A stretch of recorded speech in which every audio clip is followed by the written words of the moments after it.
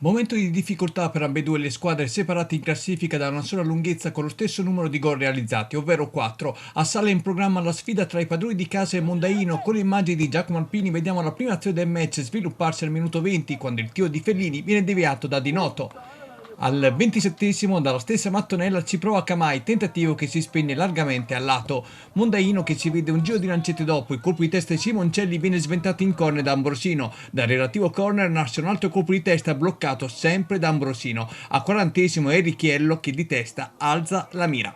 Tutt'altra musica nella ripresa, Mondaino sale in cattedra, Simoncelli da posizione defilata mette al lato, dalla bandierina risponde in sala con un colpo di testa di Camai che si spegne lentamente sopra la traversa. Spazi aperti, Mondaino in contropiede che con Simoncelli sfiora la marcatura da posizione favorevole. Mondaino che preme, Pini dall'altra parte trova la deviazione di Ambrosino in corner, in sala agisce di rimessa, Quarta mette al centro, Di Noto non perfetto, Guiducci non ne approfitta al meglio. Da punizione di Romano, Neri addomestica la sfera.